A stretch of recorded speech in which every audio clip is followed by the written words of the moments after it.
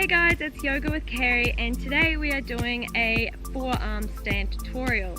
So this is one of my favorite poses actually, because I only recently just learnt it and it took me so long to learn it. So it's so good to be able to do that, because I'm trying to do a headstand, a forearm stand and a handstand, and I'm working towards them, and yeah, it just makes me so excited. So I thought I'd give you my top tips to getting it, I guess. I can't hold it that long, but we'll see.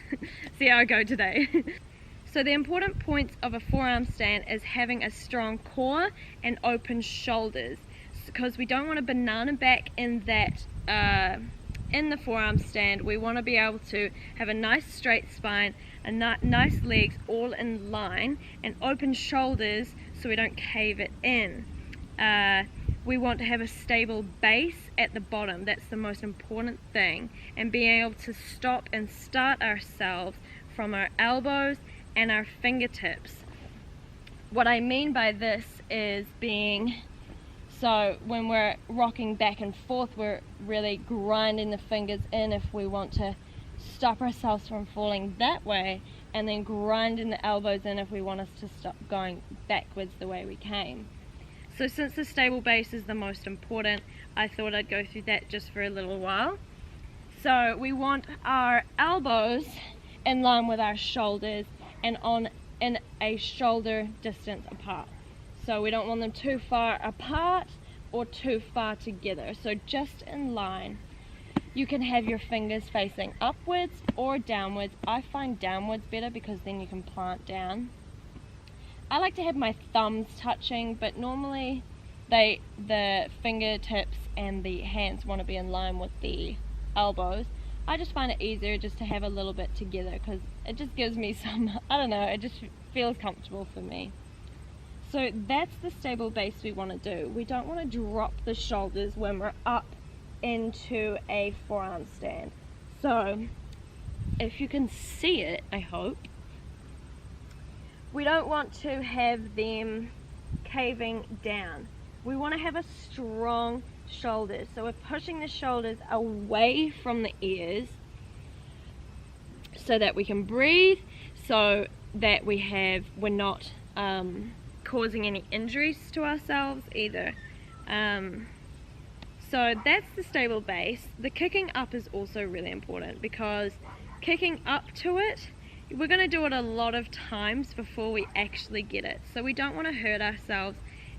So we don't want to injure ourselves by kicking up, and you get in a banana back. How we want to start it is to get that stable base, really feel everything. Tucking the toes, so we're in Dolphin Pose. I always like to start in Dolphin Pose. Eyes look in between the hands. That's also so important. Your eyes look down. In a headstand, our eyes look to the back of the mat. In a forearm stand, our eyes look to our hands or in the space in between your elbows. So eyes look down, and you're just going to bring one leg up, bend the other, and try. Yeah, see? I was wondering how I'd do today. Since I'm still learning, I'm really bad at kicking up all the time, so yeah, it's try not to do that. You just don't want to kick too hard, because then you'll fall that way. It's like you have to find that perfect balance. And then when you're up, I like to have one leg up in the air, one leg bent. I always find it difficult when both legs are up, because I feel unbalanced. So this really balances me out, because I have that starting stop again. I'm just getting, yeah. When you get it, it's just any way that feels comfortable for you. I think that's the most important. So you can just try that. So really get that stable base. Hands can come to the front. Eyes look down and between the hands or the elbows. Dolphin Pose.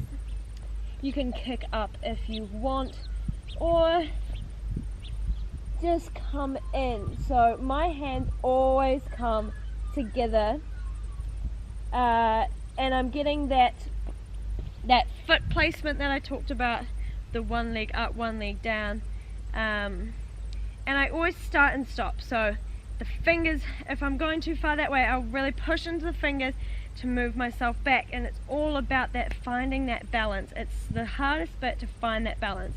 I would recommend going off into a wall first, but I wouldn't stay there long, because you always go over too far, and it's just, you're not really finding that balance that you really need to. I always find that it's not exactly helping you. You just have to keep on practicing, like do it every single day, and you will get it. Like, I had no idea how to do it, but those tips were the ones that were like, okay, I understand that, yeah, that makes sense. And then I was like, I'll just incorporate that. Even if I suck and I keep failing, I will slowly get it. So that's the most important thing, just to keep on trying, because I know it's hard, but it's good when you get it. Yeah, it's really good when you get it, because it just makes you happy, I guess. So I hope these tips helped you, because I know they helped me. Yeah, and if they did, please like and subscribe. I'd love to hear from you, because there is more exciting things coming. So yeah, peace out.